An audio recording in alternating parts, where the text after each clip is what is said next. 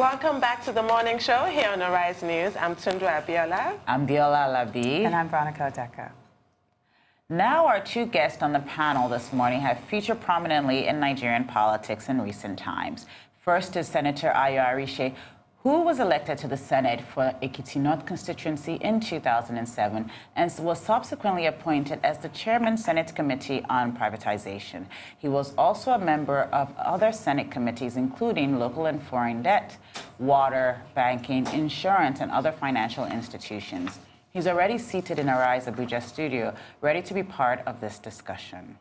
And here in Lagos, we are now being joined by Dr. Augustine Tam-George, an academic who served as the Rivers State Commissioner of Information and Communications between 2015 and 2017, when he voluntarily resigned from his post from Governor Nyesom Wike's cabinet. Before his appointment, Dr. Tam-George was the executive director of the Institute of Communication and Corporate Studies. The two gentlemen have now joined us to review the build-up to this week's poll, as well as try and look at all possible scenarios during and after the election. Welcome to the program. Thanks for having me. Good morning. Welcome.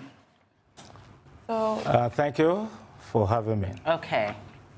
Well, fantastic. It's good to have you on and have both of you on. So 8 days to the election. 7 days. 7 days now. 7 days, exactly 7 days. Next Saturday. If you were to look at, I'm going to start with you in the studio and then we'll go to Abuja. If you look at how the political parties have been doing, as someone that's sort of more on the outside, I'm going to start with you, Dr. Tam.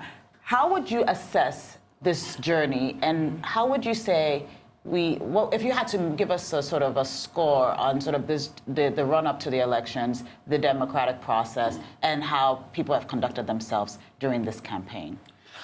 I think we still have a lot of ground to cover. Unfortunately, you would have expected that, you know, since we've been in democratic practice, so to speak, since 1999, you know, there ought to have been obvious lessons that we've learned in terms of political messaging, for instance.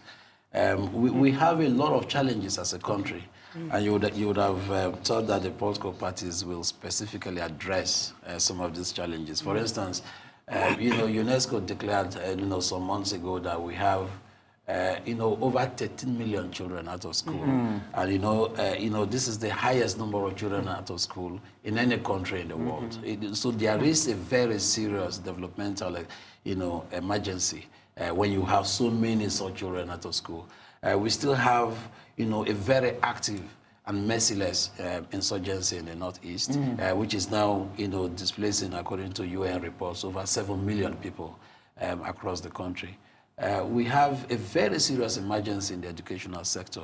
The health sector appears to have collapsed. Hardly will you find people who can find good water, potable water to drink anywhere in any city in the country, not to mention the vast millions of people spread across the 36 states. So we have very serious existential emergencies. And one would have expected that these issues will be at the front and center of political discussion across the country, especially during this electioneering exercise. We haven't seen that kind of commitment to valorize these issues and bring them to serious discussion. We haven't seen that. Instead, what we are seeing seems to be, you know, matters about who is going to rig the electoral process, who is going to be, you know, in a better position to win. When you win, you know, people expect you to meet certain expectations, and we haven't seen that sense of urgency in addressing some of these major challenges. And I'm afraid that we still have quite a bit of ground to cover.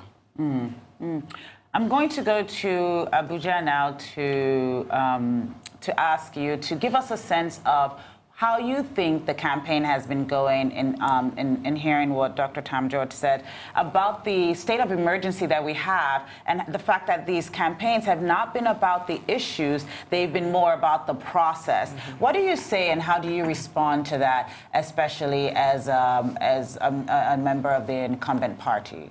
My party, the APC, has been campaigning very vigorously, and they've been addressing most of these issues.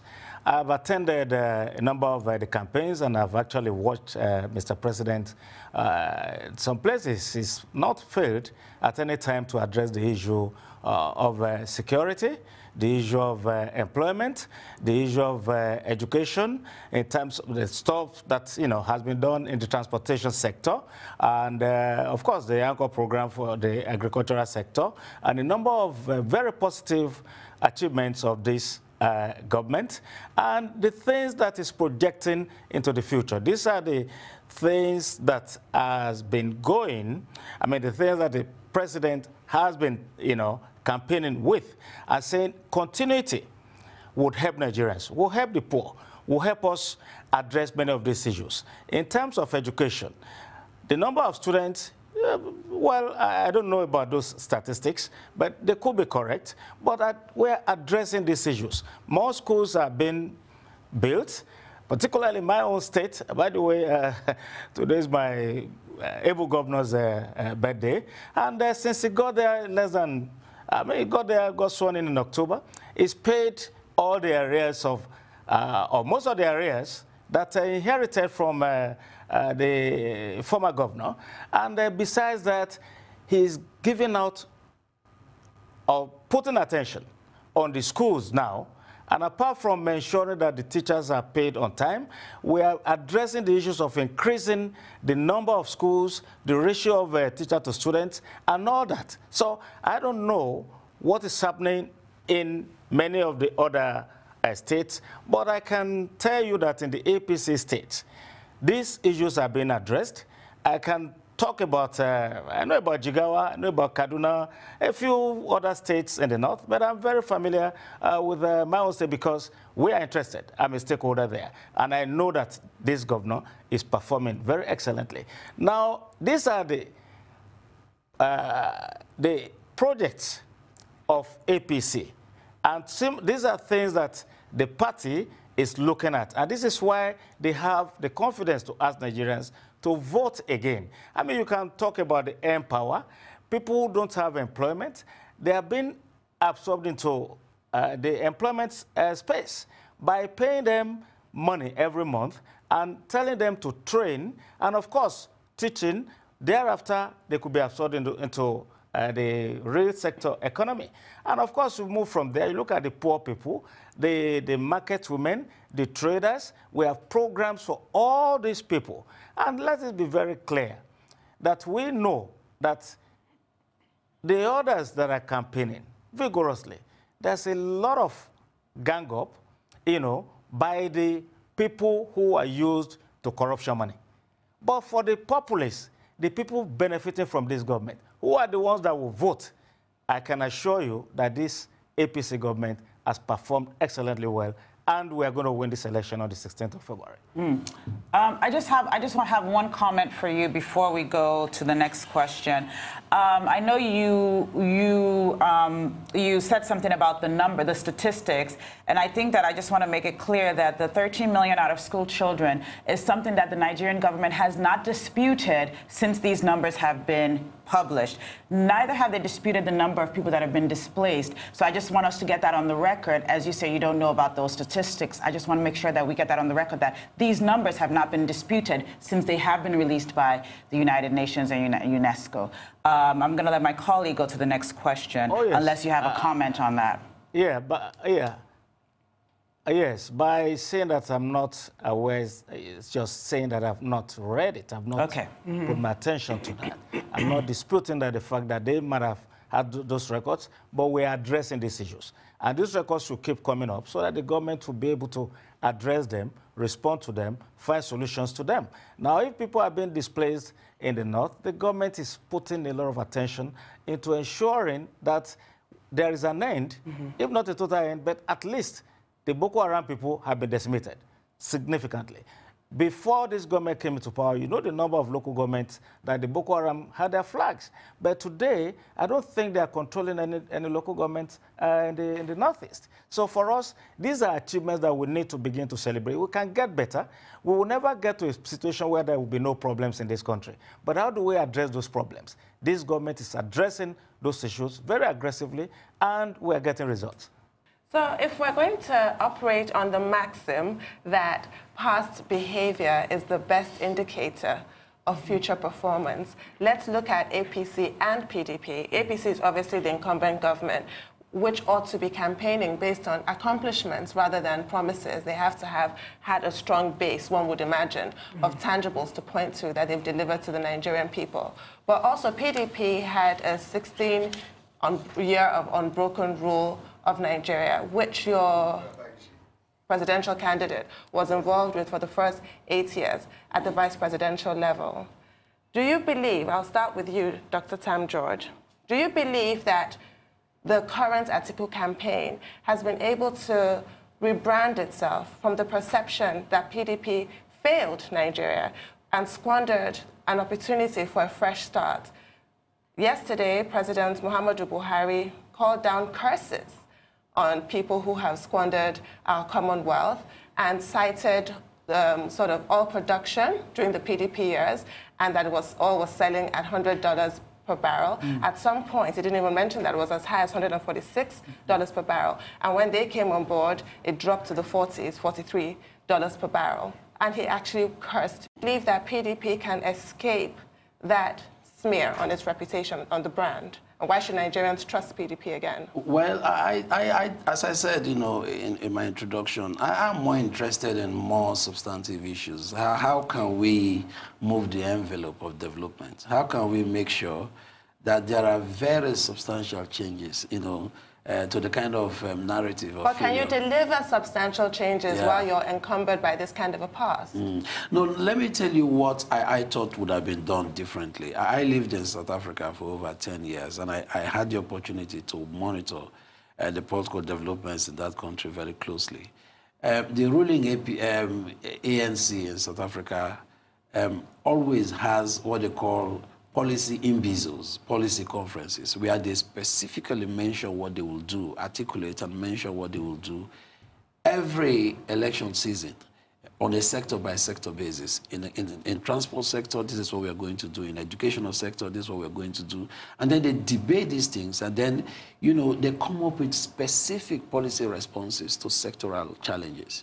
We don't seem to have that kind of commitment here. You know, it's true that the PDP was in government for 16 years, you know, but that's not even the most important point. The important point now is, what will they do differently?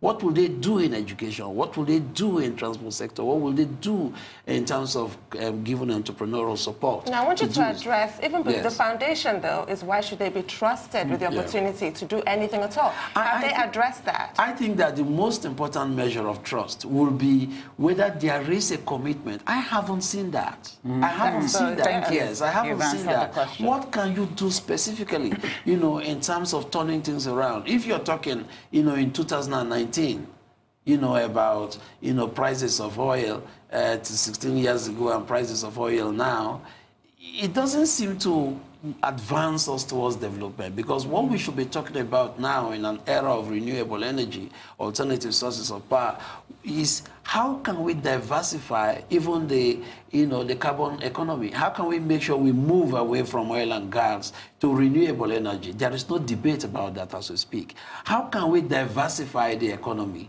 away from, you know, the extractive economy of oil and gas to the knowledge economy, for instance? I mean, look at what is happening in Taiwan. They don't discuss anything about oil prices. They don't have natural resources. In fact, they import sand and gravel from China in order to, and they have the 6th most dynamic economy in the world. So what you're saying is that it's beside the point at this time. Yes, what Nigerians, I suspect, are looking for, you know, is this kind of dynamism in thinking to make sure that, look, we move away from oil and gas. What can we do differently in agriculture, for instance? We already have over 70% of our people employed in the agricultural sector. But why do we not have food sufficiency? It is because our agriculture is still very rustic. It is still at the subsistent level. Therefore, how can we technologize agricultural sector? How can we mechanize the sector? How can we, you know, transform it into an agro-economy that will potentially employ millions of people in a way,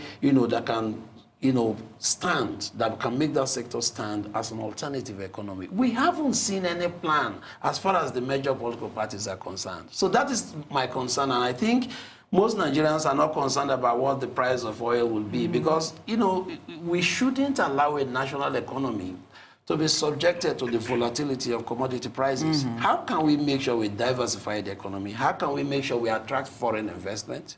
How can we support local entrepreneurs? The oil point is not the point. He was talking about trust and abuse of trust that was reproached in the party, that was reposed in the party. So that's really the point. So whatever the resources are, oil or anything else, have PDP established that they can be trusted at this point? Has their campaign proved that they have credibility? I do not think that there is any party, in operation now, apart from probably the Young Progressives Party, where, the presidential candidate, Kingsley Moghalu, has been very articulate, very forthright, and very hands-on in terms of what his specific ideas are.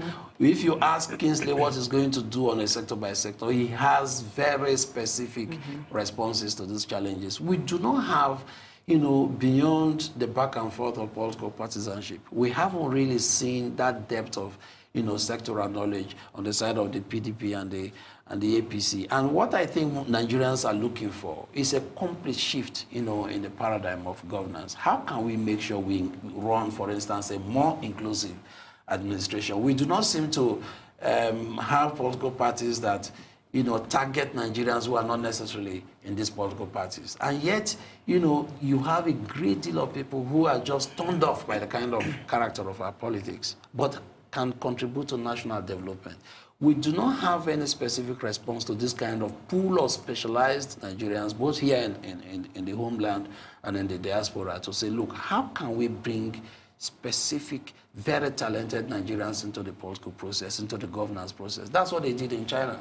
They will sponsor, they will invest in the knowledge economy to make sure that people travel all over the world, study, and come back to mainland China. And they receive their ride there at the airport and then give them specific incentives. And you see what China is doing. They've transformed the world. They have taken over the industrial sector. They have taken over the commercial sector. Today, there's hardly any implement at home that does not have made in China in it. We do not have that kind of commitment to national development. How can we think beyond 4 years of elections, for instance? What will the APC do in the next 20 years? There is no plan. What will the PDP do beyond Atiku Abubakar in the next 4 to 8 years? There is specifically no plan. And yet we ought to be talking in terms of national development plans that ought to span 20, 15, or 30 years. We do not have that kind of plan, and Nigerians are concerned about that. But only for the next government to come in and rip it up, because we don't operate government as a continuum. But Senator Arishi, I would like your thoughts on how APC has been able to, or has failed to, establish their credentials as a trustworthy party, because if it can be said of PDP that they squandered an opportunity, it might also be argued that APC did as well, and that their change agenda was not as envisaged by Nigerians. We've cited some alarming statistics earlier on in the program about education, the number of children out of school, Nigeria being the poverty capital of the world. We are ranking at the lowest in every possible indices of development. How has APC, in your opinion, been able to convince or communicate that they're worthy of our trust this time around? Well, I thank you very much. Maybe some of these programs of the party have not been adequately advertised, because I'm surprised that Sam is saying that we've not been able to articulate any direction. And mentioned Kingsley, who has been able to articulate a few things. Now, a president surrounds himself with advisors and ministers, in our case, and advisors, and they come up with all these programs. And I'm particularly delighted that the APC decided to look at the situation we find ourselves now. And we have other countries that have been in similar situations in the world. And what solutions the day profile. APC, first, moving forward, I listened to the Vice President speak on power.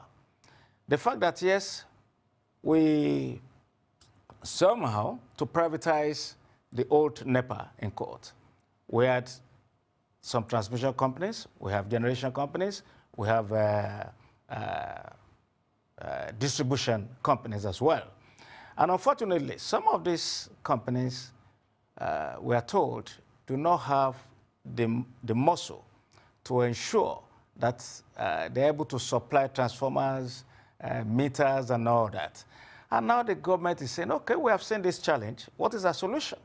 The solution of the APC is, look, we are going to begin to bring in private people and even state governments to begin to generate power in maybe not in large scale like you have in, AFAM or ECO and, so many of them. People can begin to generate power even for universities, for hospitals. Now, these are solutions. We have found that we have problems, but this party is ready to listen, and it's actually, they are intellectually gifted, and they are doing things that will move this country forward. By the time APC starts the implementation of these small-scale power plants, and my brother there referred to the new sources of energy. Of course, APC is looking aggressively at solar power, and these are being done already in some states. I mean, look at what has happened in Aba. Look at the kind of power generation that APC has taken to that area market alone. And these are policies that are progressive and positive. Now, when you talk about the fact that we are a mono economy, talking about oil was 100, yes, we have to refer to this data. Now, it's the same government that has improved agriculture, that has been able to save this country over 16 billion in terms of, dollars in terms of importation of rice. Today, Nigerians are now producing rice. People are now eating our locally made rice. And of course, I think the economy of Thailand is feeling it. Now, if we don't do these policies and understand the fact that people were there prior to 2015, but in 3.5 years, look at where this government has moved Nigeria to. Look at the fact that, look, there are people in this country who can't even afford 5,000 naira.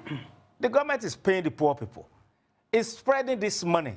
And of course, if you look at what happened, one of the most popular American president, late American president, FDR, was confronted with a challenge in America to the extent that there was 80% unemployment rate in some states in the US. What did he do? These things that we are doing, moving into agriculture, providing jobs for people through their WPA, through the agricultural development. And you look at this government, what are we doing? There is the Agricultural Bank, there is a Bank of Industry, there is the Central Bank actually anchoring this anchor program, giving agricultural sector a lot of money. So when we say these problems exist, what are we doing to resolve them? We are resolving them. The party is resolving them. And look at it. The most important element of our lack of development, failure of infrastructure, has been corruption. This government is facing it headlong. The president is not shying away from it and is looking at it, look, whatever it takes. This integrity that the man has, nobody can take it away. And that is what we need. Others will follow. It's a question, it's a gradual thing. We do not expect to end corruption in Nigeria in 3 years, not even in 10 years, but there will be positive, they are making positive efforts moving forward to ensure that Nigerians begin to enjoy the dividend of democracy and ensure that anybody caught, remember I said anybody caught, is not to say that there are people who are not still corrupt now, but anybody caught faces the music. It's not only the fact that the government is taking money back, and these are monies that can actually, they have numbers. And people are doing everything. Those who are being affected, those not getting free money, those are the ones that are unanimous in their hatred for Buhari. But I'm sure the poor people that are benefiting. The Nigerians that have a lot of sense to understand that we need to develop this country, we need to have infrastructure, we need to have roads, and these roads are being constructed better than before anywhere. Sorry, I'm having difficulties with this. Yeah, so for us, if we begin to look at the problems that we had in the past, this government is the only government that has been able to face this problem headlong and say we must do something, we must change the paradigm. You know, we must look at how do we improve education, how do we improve the welfare of our people, and of course I refer to FDR, who started the Social Security program in about like 1935 in the US. I don't think we have developed as they were in 1935 because already they have manufactured the aircraft and all that. I don't think we have manufactured anything here now. So for us, we are just beginning, and we need to allow those who understand what governance is all about. It's not about money making. It's about integrity in office. It's about managing the money of the people, the resources of the country, for the benefit of the country. And that is what APC stands for. And that is why I know, any way you look at it, we are winning this election by a landslide because people are feeling it. Those collecting money every day, the conditional transfer money, and these things are actually being driven by technology. It's not a question of whether somebody is giving the money and is keeping in his pocket. Everyone that is receiving this money has a record. They transfer this money to their account. Look at this. Of course, we know that the BVN has been in operation, but it's a positive development. And this government is leveraging on everything that we have to ensure that Nigeria moves forward in terms of technology, in terms of agriculture, in the transport sector. We now know that Lagos-Ibadan will start working. All these things cannot be done at the same time. We know that Abuja-Kaduna is already working. And, of course, by the time Lagos-Ibadan is launched, they will take Lagos and move on to the next major city because these things are in phases. And, of course, since they are in phases, you must allow us to finish this job or take it to a level that that corruption will no longer draw us back. Because we used to have abandoned projects in this country. They were paid for. They were never done, and nothing happened. But that cannot happen under the watch of President Muhammadu Buhari.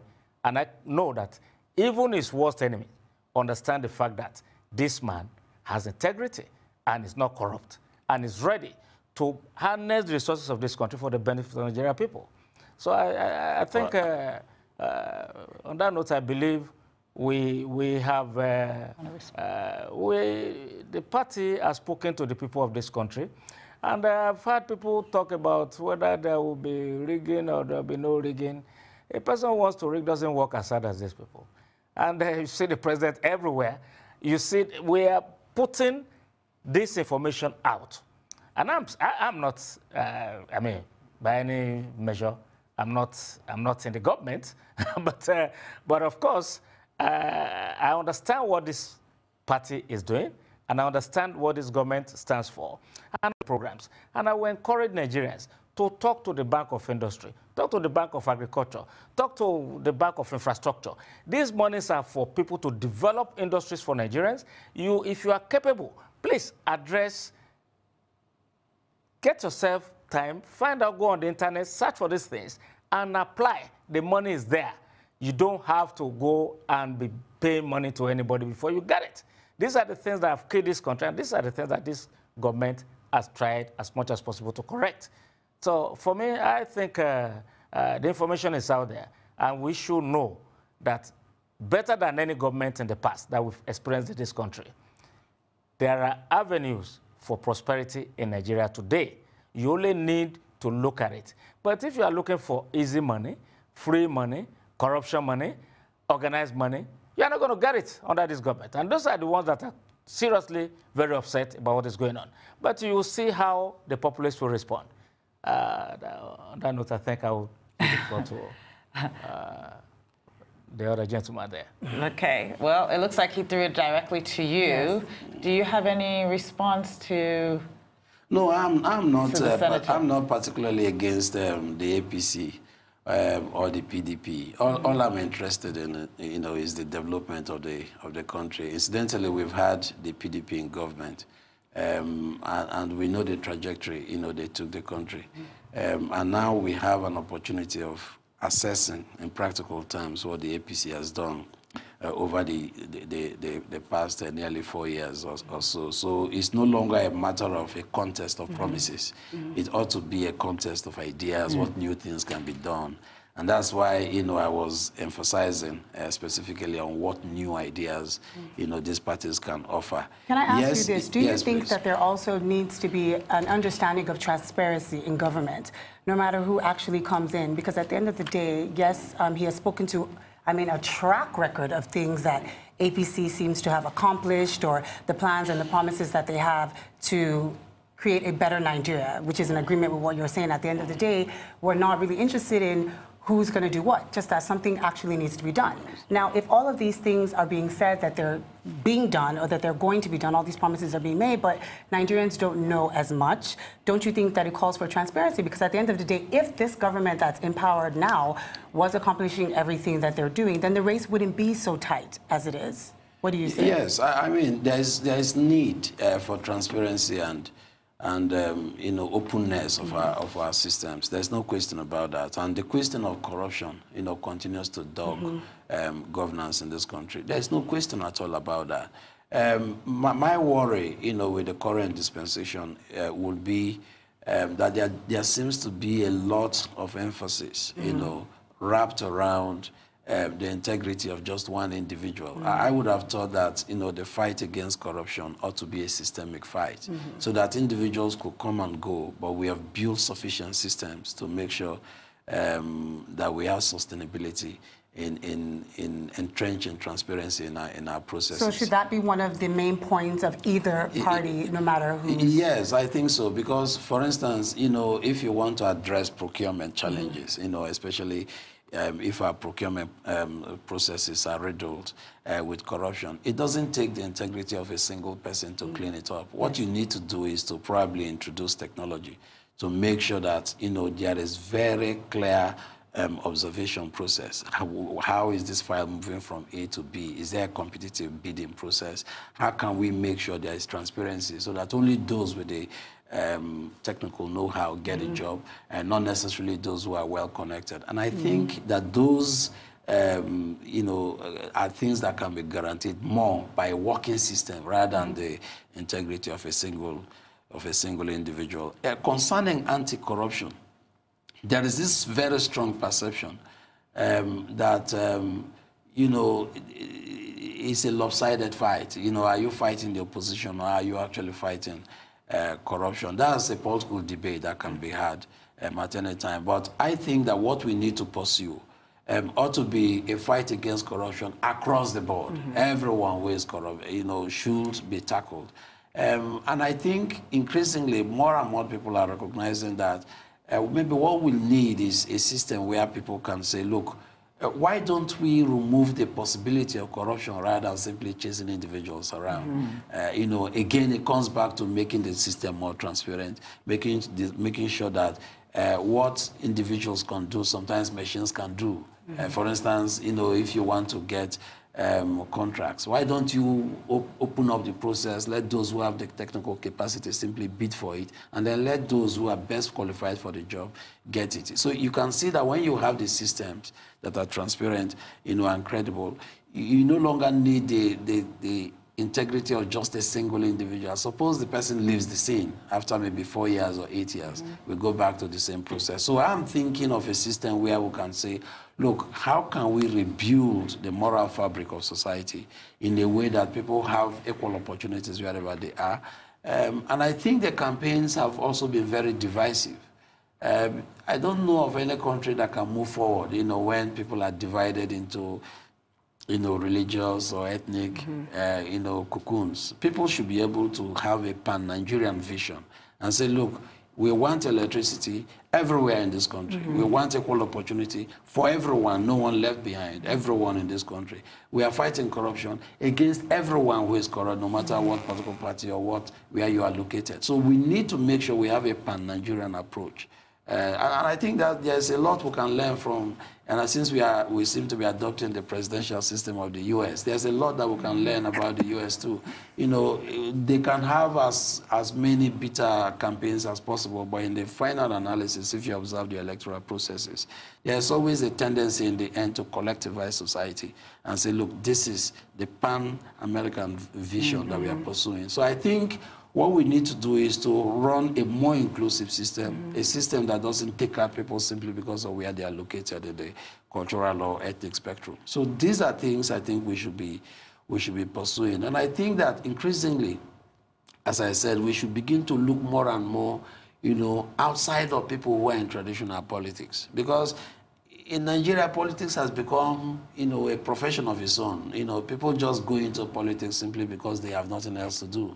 It shouldn't be so. People should go into politics because they have an intention to leave a footprint, yes, to develop the country, working with their, you know, their colleagues across the country. Not simply because people have nothing else to do and then they, you know, somehow they get embedded in the political system. They become, as they call themselves, you know, stakeholders, to the point where these are the people who are the most ardent in resisting change. So I think the political space should be open to people who are just interested in development, not necessarily because they want to get something out for themselves, but because they think that they can bring new ideas to the table and develop society. We don't have that kind of tendency yet. We have people who are recycling themselves in one office or the other, and they have no other life other than politics. And I think there's something fundamentally wrong with that, where a person has been in politics all his life, you know, has never worked in the private sector,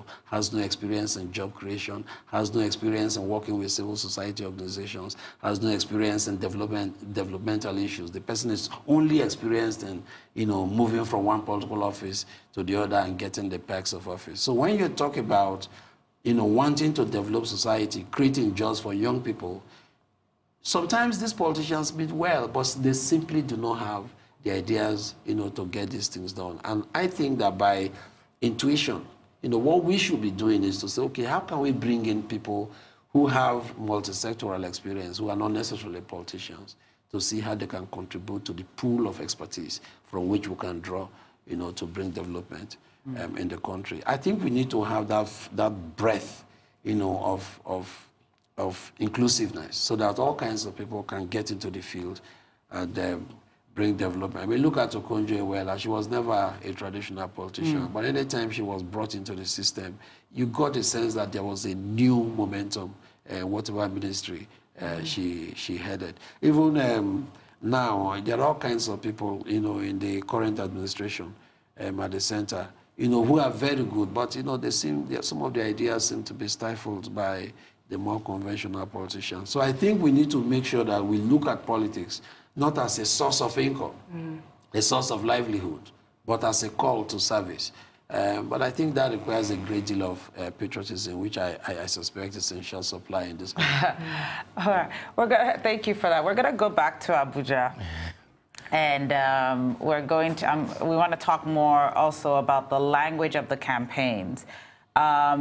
There's been a lot of criticism on the language of the campaigns, especially for the All Progressive Congress, APC, your party, Senator, about sort of the use of threats, the use of retributions, and also, I mean, I think the tip of that was in Governor El-Rufai's comment on body bags about the, just really simply about the foreign election observers. Senator, how do you respond to people that said APC has sort of changed the language of this campaign? And as an example, the El-Rufai comment, what do you have to say about that and your party's actions? Well, thank you very much. Let me, first of all, say that I agree with many of the comments of Sam on the fact that we need to do more work on the procurement system. We need to work harder on the areas of transparency. But all these organizations are already in place. We have the SCPC, we have the EFCC, and of course we have the Bureau of Public Procurement overseeing the procurement matters. Now, what this government is trying to do is to ensure that these people, these organizations, perform the duties they've been assigned to perform. And we can't overnight totally resolve all these weaknesses, but all we can do, are we making efforts, even though most of these organizations were created by the government of Baba Obasanjo. So, and these are good organizations to ensure that transparency is the order of the day in the country. There are bodies, all these organizations are the structures that we require to ensure that these things are put in place. And this government is ensuring that they are enforcing and they're empowering and are allowing independence of many of these organizations to do their job and bring some sanity to the economy as a whole. Now, on the comment of Governor El-Rufai, of course, a very respectable voice in the party, but that comment did not come from the president, it didn't come from the party chairman. So he had explained what it meant. Obviously, sometimes when we pick words, it's not every time that we get everything 100%. Senator, I have a question for you. To come out that way. Senator, yes. I have a question. Do you condemn those comments? Senator, I have a question for you. Do you condemn those comments, please? After reading his explanation, I understood what he meant better. But the comment... Are you saying you do not condemn the statement? So it's not... Okay. I do not agree. I do not agree with the statement, with this position. Thank you. Because at any point in time, good or bad, we need the Western world. We need ourselves. It's the world has become it's a global place now. So, and I think when you read this explanation, the way it came out is not the way he meant it. And it's not saying that he should be killing people, but it's saying that, look, if anybody wants to come and invade Nigeria, because look at the invasion going on in, on the plans in Venezuela now. And I believe, you know, people can begin to postulate when this the PDP propaganda machinery, the way they are going, they say, oh, they want to rig them. Somebody says, we are probably going to have maybe 20% in Adama. I don't know where the statistics is coming from. Because Bindo is APC, he's been governor there, he's been working for the past 4 years. And of course, he's closer on the ground to the people than Atiku. So if you are doing statistics in that area, even if you are saying 45, 55, because of sentiment for where the presidential candidate of the PDP comes from, I might tend to agree with you more. But I believe APC will win because the governor is there. He has all his lieutenants, all the commissioners, the local government chairman people, the councillors. These are the people who go to elections to campaign. They go to the grassroots to campaign. Elections are not done on the internet. I have to go back to my place now and ensure that I do not lose from my polling unit to my ward to my local government. So that is how elections are done. But if a person is doing statistics from the air and is saying that he's going to win this election, I don't see the magic. Because the people collecting, these people benefiting from the programs of the government, these are the people that are going there to vote. And of course, let me refer back again to the time of Roosevelt. With all these programs, those money bags were totally opposed to him, and he still won by a landslide. And the recession did not even end. It continued. And the man kept on winning. And of course, if it were Nigeria, where a person who had, who was, I don't know the best language or adjective to qualify, but he was struck with polio. This man couldn't walk. He didn't have legs. Now, imagine such a person trying to be president in Nigeria today, what some people will be writing in the papers. For us, I don't think we are learning. It's either we are not reading enough, or we are not even taking examples and taking cues from those who have been there before us.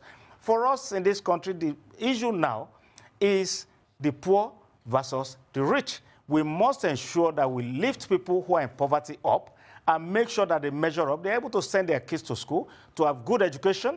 Public schools should be improved, well restructured and improved upon in terms of even the physical amenities and facilities that they provide for them. So for us, I have looked at it. Some of these statistics are so scary that, okay, if you are hearing that Atiku is going to defeat APC, how? It's going to defeat Buhari, how? I've looked at it. We are talking about Kano. Yes, even if it were PDP running in Kano, Buhari's name alone would at least generate no less than about 40 to 50% of the votes. Senator now the APC is there. He's the governor. He's the one doing things for the people. You've dismissed various polls, predictably, I might add. But you raised an interesting point about Franklin Delano Roosevelt being wheelchair-bound as President of America, which leads to my question that both critics and supporters alike of President Buhari have expressed concerns about his health. There have been highly publicized mistakes, difficulties in hearing or assimilating questions, errors raising the wrong person's hands opposed. Things like this have raised some concerns. Would you care to comment on that, and on his apparent health challenges and how that would affect the next 4 years of his presidency, if at all he's able to win this coming elections? Well, we were all in this country when President Buhari was ill. He has since recovered. And we are still here in Nigeria when Malaysia made a 93-year-old man prime minister. So is the 93-year-old man as strong as a 60-year-old man? When you look at it, it's a question of, and how old was, even though we don't agree with the perpetuity in office of Mugabe, this age thing is a question of, you can't determine, you're not a doctor. You don't, I mean, I'm over 60, but I don't know, sometimes I might even be healthier than a 40-year-old man. So these things are not, they are not exact science. As far as I'm concerned, this man has been going from state to state. Sometimes he visits 2 states in a day. The job that is required of him, he has the capability to perform it. Now, if he gets sick, even when he was sick, he handed over to the VP, and governance continued. Now, it's just because we, like Sam said, institutions should govern the country. It's not going to be about a single individual, like he rightly said. But why I kept on talking about the president is the fact that he comes there with what most other people that have ruled us have shared their responsibility upon. The issue of integrity. The man doesn't need money. He doesn't need it anymore. So when you look at it, we are saying, let him do the work that he is capable of doing, bringing sanity, reducing corruption, attacking and ensuring that we have security. We have seen improvement in the security. And there are other questions that people are raising about President Buhari. So are questions being raised about the other candidates, the former Vice President Atiku. So there is nobody that we're going to put there that there will be no questions. The issue is, what have we done? We can point to it. What we have done in the area of transportation, in agriculture, in employment, in education, you know, and you look at all those things, even in terms of security, what have we done? The president has decimated Boko Haram significantly. And of course, you cannot say somebody is fighting you from every corner. You'll be able to catch them wherever they are at the same time. No. Now, when people are saying that it's not physically okay, I still saw the president. I was on the podium with him a few days back in Ekiti. This man is healthy, very healthy. And the man that came to actually, the head of Afenifere that came to speak, Baba Ayofasami, 93 years old. So for us, yes, this age thing, yes, it does count. And you don't expect him to be moving with the agility of a 30-year-old person. But the world is not designed for a 30-year-old person to be president anyway, because you must gather some experience to sell to the people. So for me, I look at it that there is nobody that people will not have something to say about. So if they're saying that, oh, it's not healthy, it's not that, I think reasonably, I can say the president has the strength to continue for another 4 years. I'm not God, I don't know how long he's going to live, but the truth of the matter is, waking up, running around, campaigning, going from state to state, well, you know, it's not an easy job. And for us, even those of us who are younger, we still feel fatigue.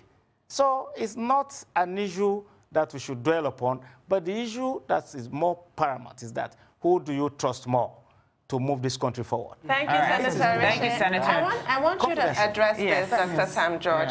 In this era of not too young to run, theoretically, at any rate, are questions about the physical capabilities of the president, even as he's campaigning for another mandate, are they relevant?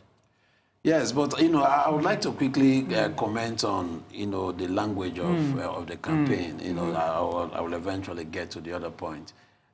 You know, for you to understand the comments of Governor El-Rufai of Kaduna State, you need to put into context his own ideology of governance. I mean, he's the governor of Kaduna State, and we've seen what appears to be an elevation of religious and ethnic fundamentalism to the status of state policy in Kaduna State. Kaduna State is one of the most divisive states in Nigeria today because of the fundamentalism and extremism of the governor there. There's no question about that. This is not politics. This is exactly the reality. And so you find that this kind of fundamentalist vision of administration seems to crystallize in the language that he uses. Some time ago, I think 3 weeks ago, he talked about how it was most unlikely that 65 to 67% of Christians in Kaduna State would vote for him anyway. So, you know... Even if he had the Pope as a running mate? Yes, you know. So when a governor who ought to bring people together uses rhetoric, uses language that tends to divide them, you know, it's something that is beyond politics. And I think we should be able to call him out and say, no, this is not the direction the country wants to go. I know that in this electoral season, there's a tendency for people to always mask this kind of, you know, commentary by saying that, well, it's one of us, it's an APC. But if you really have the interest of the country at heart, you can't possibly allow this kind of irresponsible statement. You know, have people who come into this country to monitor elections. We invited them anyway. There is nobody who will come into this country without the official invitation of the organizing institutions, you know, for these elections. And so when they come, they already have a clear, you know, specific mandate of election monitoring. These people are not coming to rig elections. They're not coming. They only coming to observe the elections. You know, but for you to say that if they come and you don't seem to agree with what they do, they will likely live, you know, in body bags, meaning they will be killed. You know, for a governor to make that kind of statement, I think it's something that is beyond partisan politics, and we should be able to condemn it and make sure we dissociate ourselves from those kind of comments. But, you know, I suspect that most Nigerians are also surprised by the remarks coming from Kaduna State, because you only need to look at Kaduna. It's divided sharply between Muslims and Christians, between Northern Kaduna and Southern Kaduna. And the governor seems to take pride in dividing the state more so that he could simply rule, you know, in perpetuity if possible, you know, using divisionism as a strategy. And I think this is something we need to completely condemn, whether you're of the APC extraction or of the PDP extraction. It's something that is unacceptable. What we need is a society that moves in the same direction. We are trying to develop democratic values, and part of those democratic values is allowing people to come and see the kind of electoral practices we have. No electoral system is perfect. And so when observers come into an electoral process, what they do is to say, look, these are things you can do better. These are things that we've observed. It doesn't always nullify the entire process, but, you know, we can benefit from hindsight by saying, okay, these are the reports we got from observers. How can we tweak our system in a way that will be more credible and more transparent? But to threaten that such people might run the risk or being killed simply because they came for observation, is something that we should condemn. But again, I'm personally not surprised because this is the kind of fundamentalism that's torn Kaduna State apart over the past 4 years. Now, concerning the not too young to run, of course, as the senator said, there's a great deal you can say in favor of agility, physical ability. But I don't think that the most important qualification when you're running for public office is necessarily how physically agile you are. I think this is a world that is driven by ideas. And so you may be 30 years old, you may be 50 years old, or even 70 years old. But I think that the most important consideration, so long as you are not physically disabled to the point of incapacitation where you can no longer function, I think our emphasis should be on the ability to reimagine society, where, identify talent, work in an open-minded manner with the ideas that are on the table, and then try to make sure you move society in the direction that will bring progress. However, if you are 70 years and above, in most societies, they want to see if there are younger versions of you, if you like. I mean, look at in France. We've seen a situation where a very young man is running the country. We've seen examples in Canada where young men are running the country. My sole qualification for public office wouldn't be how young or how old you are. But again, there is a lot you can say in terms of physical abilities, physical agility. To be governor or to be president, these are very serious responsibilities. I have been in public office myself. I was commissioner for information in Rivers State. And I saw from the front row, the challenges of administration. It is a very physically tasking job. And so I suspect that, people tend to get concerned if somebody who occupies a very serious public office, has been ill for a certain amount of time. And what is worse is probably because we do not know the exact nature of this illness. Is it a terminal illness? Is it possible that the illness you have is affecting your mental capacity? Is affecting your ability to remember data?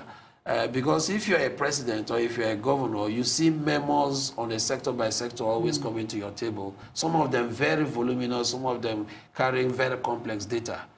So it's not enough simply to say, well, so long as I'm not falling to pieces, I'm fine in this office. What it requires is sometimes you may need to process complex data. You may need to, see between, not just what has been presented to you, but what in fact has not been said in the memo. So it requires a great deal of mental alertness. And sometimes a certain degree of, physical illness could affect your mental ability to comprehend or even process complex data. And I think that is the concern some people are raising. I think it's a legitimate concern about, the physical abilities. By physical here, we mean the total human person, including the person's psychological and mental wellness. I am not a doctor, and I think there are some people who have questioned the president's mental and physical fitness, may themselves have since passed on, and the president is still physically here with us. So, so the senator is right to suggest that you never know, who will live for tomorrow and who might drop dead today. But I think when people raise issues about physical fitness and mental alertness, and not just being able to process data, but also being able to generate these ideas yourself. Because, as I said, I've been in public office before. Sometimes the solution lies in between the words. And you need to be able to say, look, I'm getting this data from this person. I'm getting an alternative advice from the other party. Where does the solution lie? It requires a great deal of, mental projection for you to strike at the solution, which is not often sometimes stated in these memos. Do we have a president who has both the physical and mental fitness to do that? I think only the doctors can respond to that. For those who are seeking public office simply because they are, for those who are seeking public office simply because they are young, I think they need to make sure that they get other qualifications such as experience, go into civil society work, volunteer, work with political office holders, go into political mentorship, governance training, so that by the time you get into public office, you'll be prepared for the office that you're seeking, not simply because you're old or simply because you're young. Because not all experience. Some politicians have experience, but how valuable is this experience? So I think one of the key things about modern public office holding is that sometimes, zero experience in political practice is probably better than long and corrupted experience. Thank you. Thank you. We're going to move to Abuja and shift gears a little bit and talk about River State, where the Supreme Court has finally sealed the hopes of APC from fielding candidates in this election. So, Senator, I want to ask you, to what extent can the loss of River State by the APC overall affect the chances of the party in the South-South zone, in your opinion? Well, excuse me. The fact that we do not have a candidate in Rivers certainly would affect the APC. There's no question about that. But it's another big lesson that Nigerian people should learn from this president. You see, in times past, could it have been possible under some other president for a party that is in power to not feature a candidate for the whole offices? President, I mean from the governor down to the assembly people. It tells a lot of story about President Buhari and the APC as a party. I was in the Senate between 2007 and 2011. And I can assure you that when we allow the judiciary to do their work, and we allow the National Assembly to do their work, and the executive to do their work, with sincerity, understanding that we have no other country but to build on these institutions, this is a very apt example to show that we are seriously looking at governance beyond ourselves. And so, whichever way you look at it, APC must have, we would have probably, yes, we have lost the fact that we don't have a governor in Rivers, and that we don't have anybody representing us in the national, representing them in the national, our party. So I have to say that because of the lesson, because of the fact that we know it's possible for that to happen in this country, for somebody not to interfere with the judiciary, not to talk to them at the Supreme Court, it's a plus. Now, I'm talking more on the Supreme Court issue. We will, if you look at it critically, what the president did is actually the best for this country. Because by now, I do not know why a person who is the #1 judicial person in this country, who admitted to wrongdoing, would still not have resigned by now. So for us, we have a lot of challenges in our laws. On the one hand, we are saying as a public officer, the CCT is the arbiter. As a judicial officer, the NJC is the arbiter. So my question is the NJC now a court? Because, I mean, I've been reading about the judiciary in the US, and I don't see the role of one independent body determining whether a person has committed an infringement and being the final arbiter on the judiciary.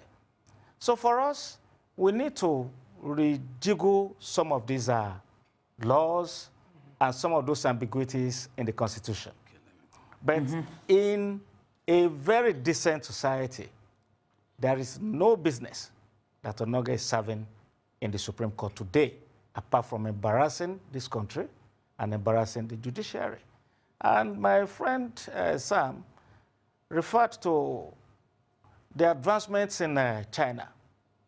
Yes, China understood the dangers of corruption and grand corruption. And the punishment there is death for corruption. Now, in this country, when you have money to buy a good lawyer, they will tell you what is black is white. And they can argue on both sides of the divide. So for you, if you want to move forward as a nation, I mean, for us in this country, we need to understand, can the head of Supreme Court in the US admit that he had committed a crime, a felony, and he will still be sitting there? By the time it's not a felony, Senator. I have to interject at this point for the sake of accuracy. Yes. False assets declaration is not a felony. It's absolutely not. And under Section 3D of the Act, admission of a mistake or forgetfulness of any kind of thing in writing is a defense. So I just want to clarify that point, which is why the Chief Justice of Nigeria, he would know the law, which is why he made that statement. When you admit...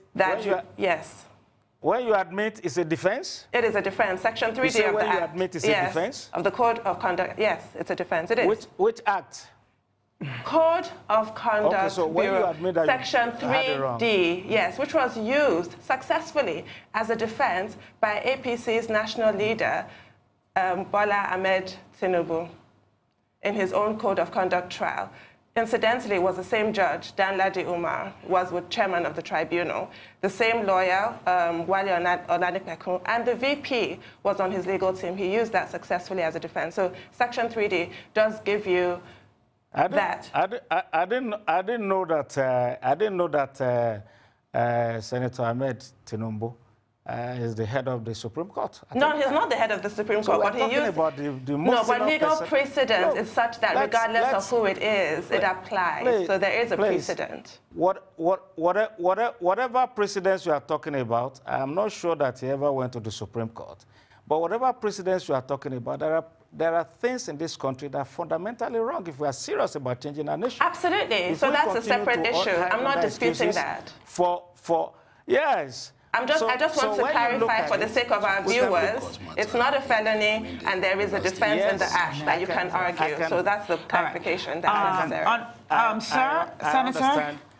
I understand you're pointing that out, but it's okay. But I think as a Nigerian and as somebody that has had the benefit of living outside this country and living in this country, I can tell you that there is no moral defense, there's no justification for anybody, even if it's a mistake. Yes, you admit it's a mistake. Senator, we're going to say thank you now. When you make a mistake, it's not a defense. Senator, we're going to say thank you now, so that we can give Dr. Tam-George a minute. Senator, we're going to say thank you now, so we can give Dr. Tam-George a minute to respond to some of the comments you made, especially since we were talking about the APC in Rivers State, and also we then spilled into the CJN conversation. Okay, you know, the matter about the APC in Rivers State, I understand it's a matter already in contention at different levels of the litigation process in the country. And so I'm careful not to comment too much on that. But I'm not aware that the APC has no candidate in Rivers State, because the matter has not been finally decided by the Supreme Court. It has been opposed. No, actually, from what I followed in the media, what the Supreme Court decided some 2 days ago was the matter of legal representation. The more substantive matter of, you know, the primaries, the legality or illegality of the primaries, you know, I think has been moved to Monday next week. And so final determination concerning the candidacy of the APC in Rivers State has not been decided. So I think we need to correct that. APC, as we speak now, has very serious litigations in the Supreme Court, and there has been no final determination. The matter of legal representation is settled, but who is the candidate? Which of the primaries, the direct or indirect primaries, will be recognized by the Supreme Court? But it is upholding the decision to nullify the APC primaries in Rivers State. That decision has not been made, to the best of it has. It says Supreme Court upholds decision nullifying APC primaries in Rivers. This is just this morning. Yeah, but I have seen reports up to last night that said, look, the determination has been in terms of legal representation. In any case, let us look at the broader question of what is happening in Rivers State. I think that there's something wrong. There's something abhorrent about, parties, for one reason or the other, not fielding candidates in an electoral process. I personally regret observing the electoral process in Rivers State. I regret that we now have a situation for the first time since 1967 where we may have only one candidate, on the ballot. Whatever the pros and cons of the litigation might be, I think this is something that should disturb us. Something that should worry us. This is definitely a failure of our democratic process. A situation where, some 2 weeks ago, I read in the media where 86 or so political parties had adopted the incumbent in Rivers State as their candidate. And now, through a very, complex litigation process, we are about to find ourselves in a situation where there might be just one candidate on the ballot in an election. This has never happened before. So whatever the outcome might be in the Supreme Court in the final analysis, I think this is something that is very disturbing indeed. A situation where, whether it's in Rivers State or it's in Kano or anywhere else, where the courts appear to be used or somehow find themselves in a situation where judgments are given in advance of the elections themselves, and we end up with a situation where there's only one candidate on the ballot. It's a very dangerous precedent indeed.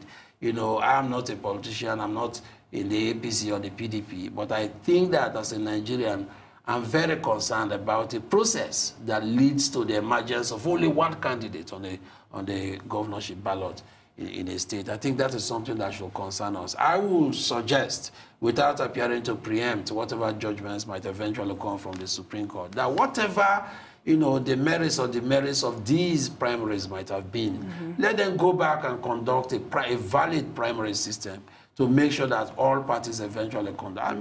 Let the people of Rivers State eventually, in the final analysis, choose among alternatives. Yes. A situation where you have only one person on the ballot, simply because there has been, internal crisis within parties, it's a very dangerous precedent. Well, it's not a choice. Yes, because there's no choice. And when you have that, one person may be happy and go and get a party. No, but when you say one person, you're referring to the major parties, because I imagine there are other parties. Yes, and I'm telling you that the other parties themselves have adopted this individual. They have adopted this individual as their sole candidate.